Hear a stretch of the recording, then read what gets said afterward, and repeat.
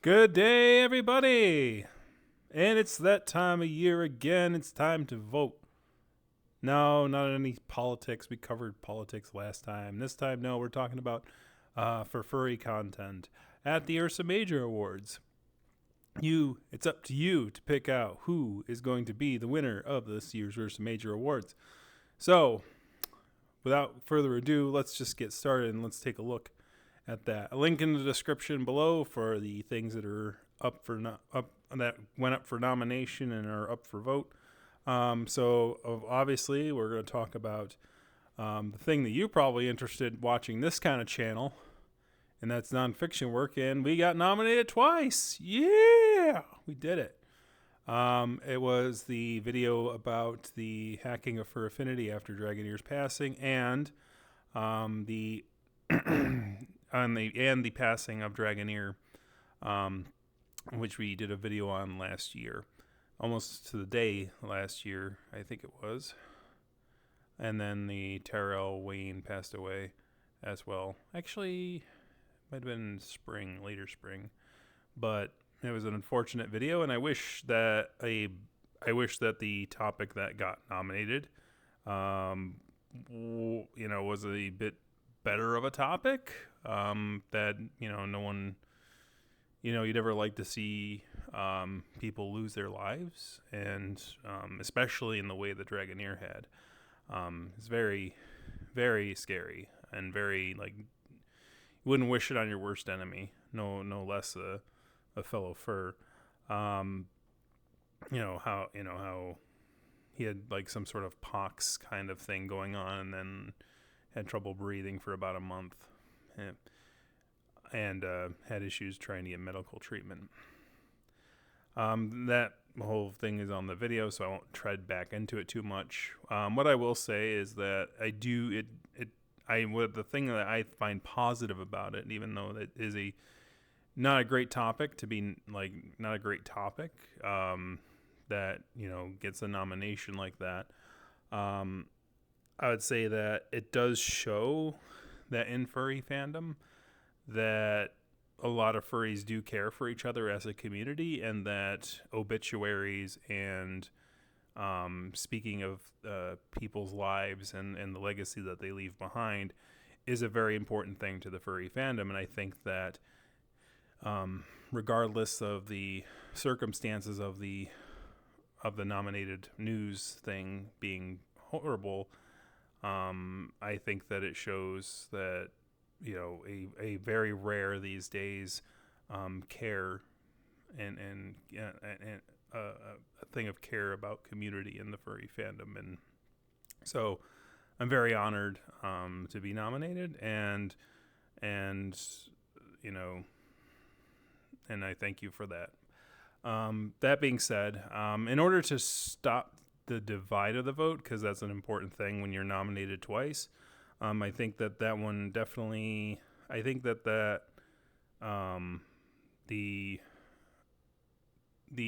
Fur Affinity owner and Dragoneer, and Hugo nominated Voodoo artist Tyrell Wayne pass away. I think that one should be the one that you would vote for as number one if you are going to go that way. And if you want to vote the other one number two, that's fine. But I would argue that having one nominated thing is enough. And if you want to share the love with some others and give them an opportunity, I would not have any qualms on that either. As far as the three other nominated ones, as far as which ones I would go for, because obviously I have three things to submit myself, and I'm obviously not going to vote for myself because that's just very callous. I think the order in which I would have it in is probably celebrating 85 years of conventions is the first thing. Fur and Loathing podcast is the second, and Shifter opening ceremonies is the third. Obviously I haven't watched the two in full quite yet, but it seems weird to me that an open ceremonies would get nominated, unless something interesting happened at that open ceremonies, which so I'll have to kind of give it a watch before I make my final conclusion. But I did listen to Dog Patch's Fur and Loathing podcast. One, I don't care for the title. Fur and Loathing is sort of an overplayed title trope.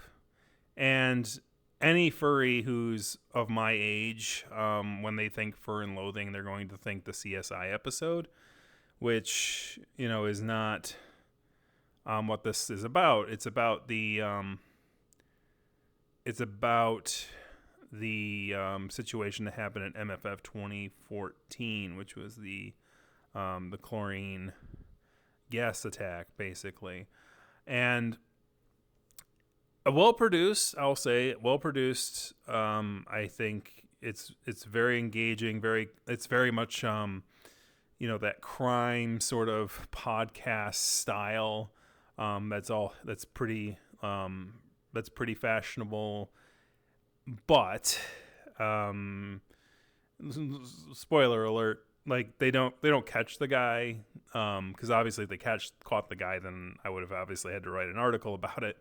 But unfortunately, like, it leads to a dead end. Now, they interview some people, they get on the road and they go interview those people. So they do a lot of work and a lot of effort, and I have no doubts that a lot of effort was put into it.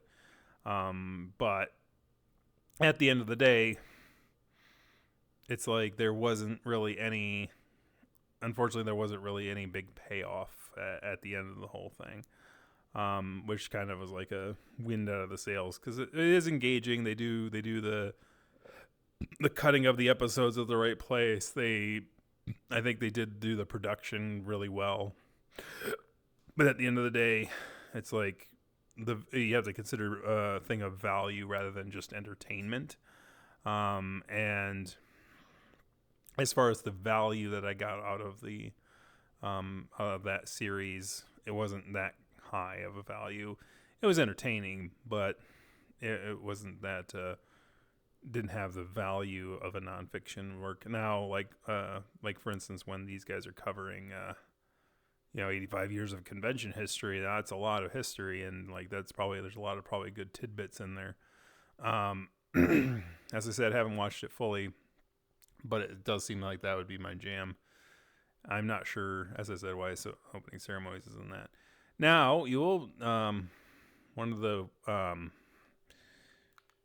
the cool things is that we actually have music this year. So unlike last year, if you remember the video that we did last year about the Ursa Majors, there was some drama around the music category, and between one Cassidy Civet and Clace, where those two Vancouverian musicians that were basically living in a house with each other up until that point, basically got into a little tizzy over some, they got into a tizzy over some things, and I can't remember what catalyzed it exactly. It's been about a year now, but I remember it was like Cassidy drew into question Clace's history and heritage, and that I remember blew up. Like, basically Clace was like, yeah, remove her from the Ursas and remove me from the Ursas, because like she's trying to use the Ursas in order to get things, and like I'm not. And I think the thing was that they co-worked on the pieces that she had submitted to the Ursas, so it was just as much Clace's work as hers. So that ended up being a whole thing.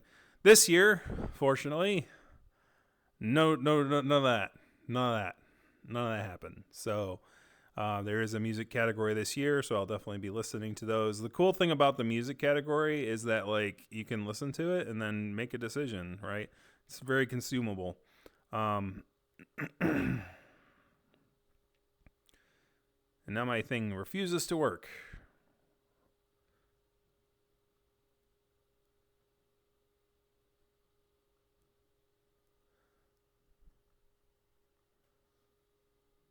Technical difficulties. There we go.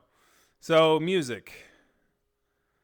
So we have Bicycle by Patricia Taxon. I think Patricia Taxon did something last year, and it was like, I think it was like very grindy and stuff like that. And I listened to Bicycle a little bit, and I think it's a little bit better. I haven't listened to the other ones yet. I know Whispers is pretty good. They do like some sort of pop rock style. Fursuit unfortunately did not make it this year. There was a situation where, they only had one qualifying entry that was given more than a single vote, so they decided not to do that one this year. I may do a video or an article about fursuiting, because I seem to have a knack for lifting up categories that got pummeled. For instance, dramatic short work was the one I do the article on every year, and it looked like all 5 of them that I wrote about ended up on here. So of the 11, 5 of the ones I wrote about ended up on this list. So I think that doing that every year has definitely had a positive impact on people and being able to curate these animations for people. And I think that ends up being, making it so that it's stronger in that people can, find these things. So at the end of the day, like, I think that when it comes to fursuits, right? Like, obviously this category is in trouble, and it's had trouble ever since its conception. And I think the big trouble that fursuit has over every other one of these things is that fursuits are very, let me get back to my thing here. Fursuits are very much a commodity that is created by the artist, and really not, like, nobody, like, for the mainstream, even myself, even as well read in the fandom as I am, it is very difficult to put a date on a fursuit. Like, because the idea is like, oh, the Ursa Majors is supposed to celebrate the best thing of the year. And does fursuit fall in that category? It's like, is the fursuit supposed to make its premiere, have its first time being worn or manufactured, or created, I should say, not manufactured, because we're not a corporate. But is it a situation where these fursuits, right, is it that we need to know when they were made so that we can make a more educated guess on those things? And so when it comes down to it, it is very, very, very, very, very much going to be up to the fursuit creators to basically pick a fursuit that they wish to promote for the year, right? They need to pick a fursuit that they want to have be the thing that they want to push towards the Ursa Majors for the year, and then basically advertise that and publish that and say, here's the one I want to submit to the Ursa Majors this year. And fursuit makers are going to have to do that amongst themselves or publish it into the Ursa Major recommended list, right? But it is going to have to be the fursuit creators who are going to have to promote themselves. And I know it's furry, so a lot of creators don't promote themselves all that much. What? Stop. No. Get out of there. So basically it's a hard ask, obviously. But I think that at the end of the day, I think that's the only way that the fursuit category is really going to survive, is that prominent fursuit makers, when they finish a product of the year and they say, this is the one I want to promote this year, right? Throw it at the Ursa's recommended list, and that way, at the end of the thing, people can see the fursuit rather than having to promote their friend or something like that, which I think is what's happening here, because obviously we have this situation where only one fursuit had multiple qualifying entries and the other ones had only a single vote. So clearly either the fursuit maker only nominated themselves and didn't really promote otherwise, or somebody promoted her friend's fursuit but didn't really get the word out and things like that. So I think an article about how to get the fursuit one up and running will be very good to make, just to kind of get that up and running, because I think that fursuit at this point, fursuit's kind of in the situation that I think the dramatic shorts was in that one year that I kind of decided to to do my part and kind of watch over the shorts and kind of just do that, because it was obviously dramatic shorts are very easy to find. A lot of interestingly, there were 6 motion pictures nominated this year. I don't know if it was because it was a tie, but that's kind of cool that there were so many anthro films this year that they ended up having 6 on there. Haven't watched any of them. I'm not a motion picture guy, and I know this is probably the one that my siblings probably like, you haven't seen that one yet? It's like, no, I probably should. I heard very good things, and I was a Sonic fan back in the day. So dramatic series, lots of good ones here. I do not know who's gonna win. Like these ones, this is like the ultimate showdown of ultimate destiny here. Amazing Digital Circus, Beastars, Bluey, Has-Been Hotel, and Hell of a Boss. Oof. Like, those are big names. Those are all big names.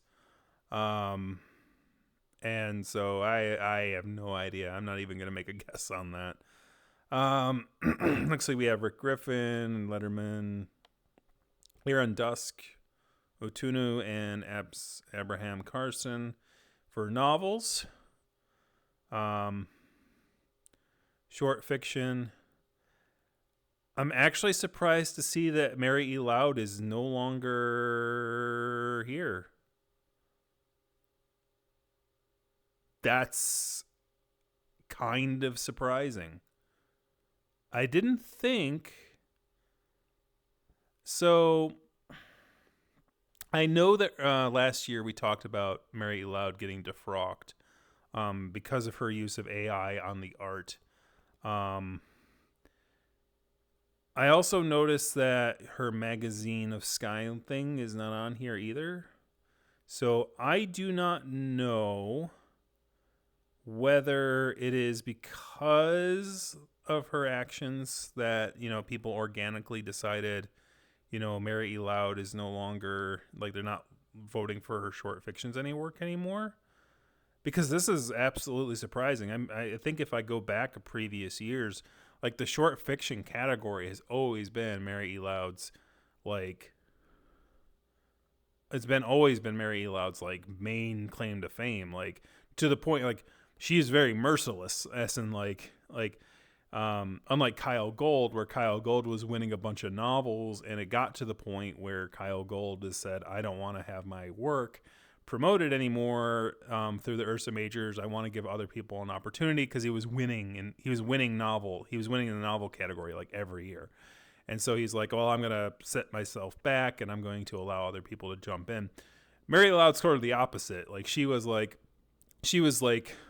prolific in creating short fiction, and she created a lot of short fiction, and she basically took the whole category by storm.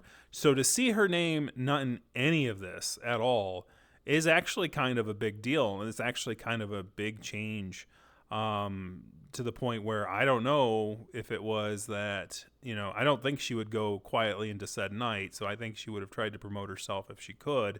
And, but I don't know if she lost so many fans due to her choice on utilizing artificial intelligence in her works. And not in her works, but at least in the cover art aspect, absolutely. Whether she was using it in her writing, obviously, who knows, other than herself, right? So I think that's why, sort of, that might be a reason why some of the... So that is, so I'm seeing some familiar names in there, which is great. Renee Carter Hall and things like that. It's very good to see some of these names back. I think Gabrielle Steele is a very well-known one too. General literacy work. Woo, Volume 2, $500 fine. I haven't seen any of these, so I should probably take a look. Graphic stories. 9 to 9, Carry On, Foxes in Love. So Kathy Garrison is back, and well, good on her. Like, I'm glad that she didn't give up on her comic strip. So for those of you who are not aware, Carrie Garrison is the reason I started writing articles about promoting the dramatic short works, because she won that category during a low turnout year, and her animation was basically just still motion with music in the background. So, and obviously, like, as far as the quality goes versus the other things that were like nominated or suggested, definitely a leaps and bounds quality difference. So, but it is a popular contest, and to be fair to Garrison, like, that's something that that we talked about, is like, it's a popular award. So if she's able to get out the vote and everyone else kind of sits on their laurels and hopes that people will pick the right thing, then that's fine. But I think it taught me an important lesson about using one's platform to promote things. And if you do that in a neutral manner, right, you're not promoting just your friend or your personal thing, you can help even the playing field a little bit from a creator who's passionate about promoting their own works. And so basically the whole thing kind of got sort of fixed in its own way. So it's I'm glad to see that she continues to promote her comic strip and that she's getting nominated for it. Because I think that, she's definitely a prolific comic creator. So magazine, obviously we got Flera, so obviously it's like, oh, promote Flera. Information's pretty good. Gaming Forever. Gaming Forever, I think, is coming back, and I hope it does. And I did give some of my articles to them as well. And I think that's mostly about it. Games. Oh yeah, Animal Well, Nine Souls, Black Myth, Another Crab's Treasure, and Web Fishing. We have not played any of those on my channel, so if you want, you can add those to the write-in ballot next time. Animal Well, I think, is in the voting thing. I don't think the other one. I think Web Fishing might be as well. I'm not sure about the others. Published illustrations, obviously, you can just click on those and go to them. As far as it goes, to me, it's between Untitled and Adventurers and Explorers. Click on it real quick. It's very nice. And what I liked about... Oops, this is the shop one. Very detailed, very nice. I don't like the color scheme. It's kind of hard to read entirely from the color scheme, but I can read it a bit, and it's a lot of detail, and I can see why it got nominated. But this one I liked, mostly when I realized what it was. It's like a person reflecting, tasteful nudity in a shower. The person's looking at the thing and reflecting, like, the back of the sort of the faucet head, which is actually a very cool perspective and dynamic, and I like that. So it's like between those two. I think the three here, like, I think this one's pretty good. Both High Orbit and Simulator kind of had the situation where they're a little bit busy. Like this one, I do like the orange color scheme. So, like, I do think that the colors at least, like, are simple and they are easier to read. It's really busy, and it probably took a lot of freaking effort. And then we have this one here, which is very photogenic, very nice. It's so hard, man. Like, the choices here are not easy. Absolutely not easy. To me, it's between, like, for the top two, it's definitely these two, but it's like the Adventures and Explorers and Untitled. I'm not sure which direction I'm going to go yet. And for number 3, it's probably going to be Round 8. High Orbit's pretty good, though, too. Um, Unfortunately, Shopping Simulator it's too busy. The colors are too flat for me to like. It's definitely not something I would hang up. You know what I mean? Like as a piece of art, that sort of thing. But it is really well done and a lot of detail on all of these. So very good. Not no complaints on the choices there. And then you have your music. So that's it. So obviously you go to the site. Nurses are now on Blue Sky, so they've moved there. So they have removed AI content. So that was an important thing. We were asked about the AI policies, not final, but in AI generated content is not allowed. This includes art, text, covers for things and music. The only exception is an event where the author has placed AI generated image attributed. The author has an AI generated image attributed to their work by their publisher without their permission. I've been told this does happen. So that might be why Mary Loud's not in here. It would make a lot of sense that this new AI policy would impact her.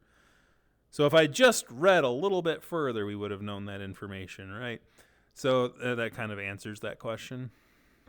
I did note that some of the it's like give an example. It's like what's an example of like somebody having AI published to their work without them knowing about it. Some of the stuff from I think in the recommended list, there was some stuff from Mary Loud's Sky.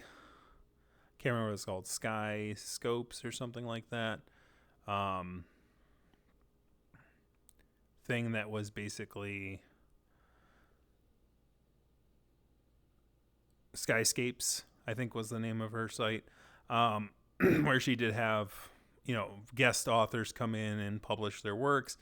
Now, obviously, Mary Lloyd would put a photo or put a AI art and attach it to that particular work based on what was written. And so like the author, might, submit something to a publisher and then the publisher decides, well, I'm just going to use AI art. And, it's not really the fault of the artist or the writer. Obviously the writer, if they have a stance on AI, if they have a hard stance against AI, obviously that's not cool. Like that sucks. And obviously that person probably wouldn't do work with that publisher again, but so I think that's why Mary Loud wasn't on the list this year after reading that update on the policy. I don't think like as far as like short stories, I think Mary Loud's still a very prolific writer. I don't think she would need to fully utilize AI to make good works, but unfortunately, like once you open that bottle and go like, oh, I'm going to use AI for things, it's like you can't tell whether or not it's AI or not AI anymore, right? It's gotten to that point where AI is that prolific in that, like as soon as you start saying that someone starts saying that they use it, it's hard to basically tell if they continue to use it or not use it. But anyways, happy voting. Glad that the thing's smoothed out this year. Some new people are starting to run the Ursa Majors a little bit, run the site. So I hope they continue to prosper and that the fandom continues to support them in their own way. I think that the Ursa Majors has a lot of potential. And even though things are have been lulling down for the past few years, I think that they're like with the growing interest in furry fandom, I think that the Ursa is in a very good position for a nice rebound, and I continue to hope that they do so. So thank you guys very much for watching. Kick that like, kick the subscribe button, kick a comment in the comment section, and we'll see you guys next time. Have a good one.